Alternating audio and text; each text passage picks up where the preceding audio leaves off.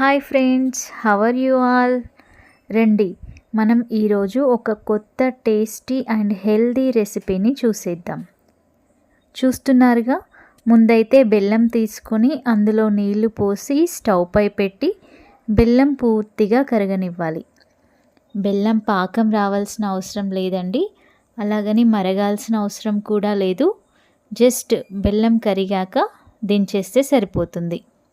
ఇక next process ఏంటంటే చపాతీ పిండి కలిపి అరగంట నానబెట్టాలి. ఇంకేముంది, ఇప్పుడు గోధుమ పిండితో చపాతీలు చేసుకోవాలి. కొత్త రెసిపీ అంటుంది, ఇప్పుడేమో చపాతీలు చేయాలి అంటుంది.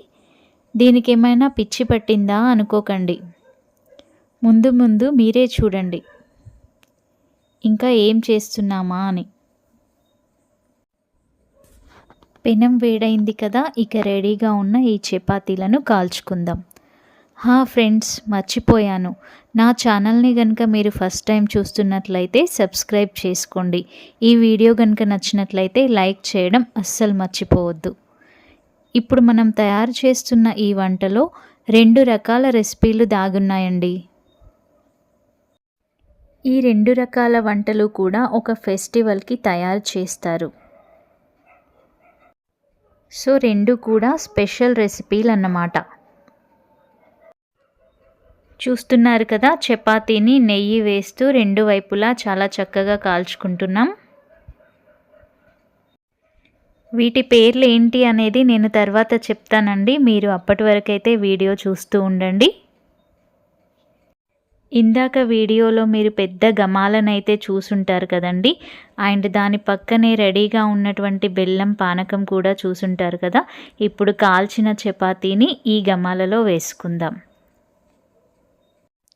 ఈ రెసిపీ తెలిసిన వాళ్ళకైతే పర్వాలేదు, కానీ కొత్తగా చూస్తున్న వాళ్ళకి చాలా వింతగా అనిపించవచ్చు.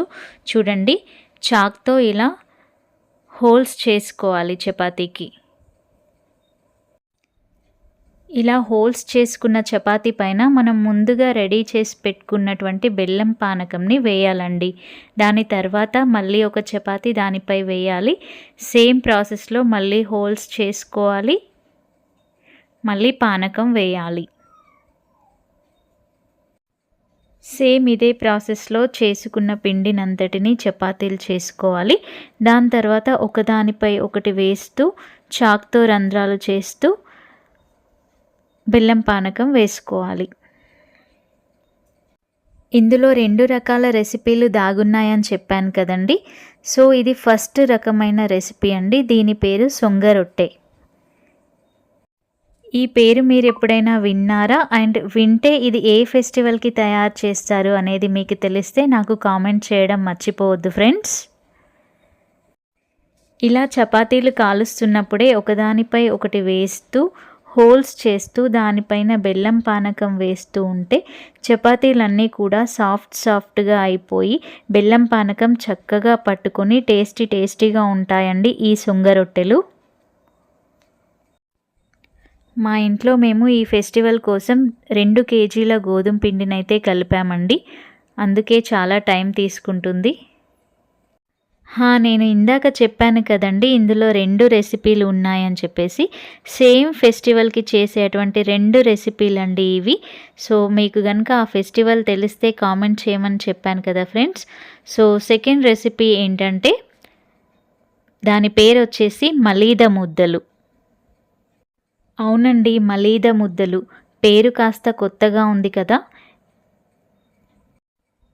దీనికోసం మనం ఇప్పటి వరకు చేసి పెట్టుకున్నటువంటి చపాతీలను ముద్దలుగా చేయాలండి.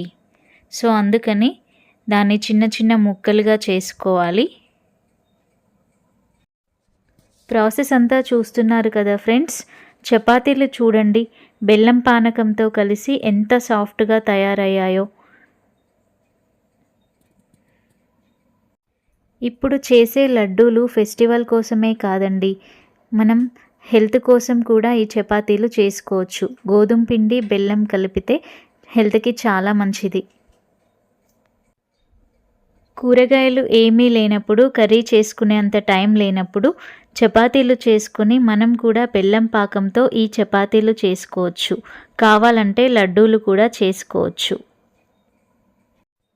చూస్తున్నారు కదా ఫ్రెండ్స్, ఒక్కరు కాదు ముగ్గురు చేస్తే కానీ ఈ పని కంప్లీట్ అవ్వడం లేదు. సో ఫైనల్గా టేస్టీ మలీదా ముద్దలైతే రెడీ అవుతున్నాయండి. మనం చపాతీలు కాల్చేటప్పుడే నెయ్యి వేసుకున్నాం కాబట్టి ఇప్పుడు నెయ్యి వేయట్లేదండి. నెయ్యి ఇంకా ఇష్టపడే వాళ్ళు ఇప్పుడు కూడా నెయ్యి యాడ్ చేసుకుంటూ లడ్డూలు చేసుకోవచ్చు. చూస్తున్నారు కదా ఫ్రెండ్స్, లడ్డూలు చేయకముందు అలాగే రొట్టెలాగా తింటే అది సొంగ రొట్టె అవుతుంది. సో ఇలా లడ్డూలు చేసినట్లయితే ఇది మలీదా ముద్దలవుతుందండి. ఫ్రెండ్స్, ఈ వీడియో కనుక నచ్చినట్లయితే లైక్ చేయడం అస్సలు మర్చిపోకండి. లైక్ చేస్తే మనకి పోయేదేమీ లేదండి.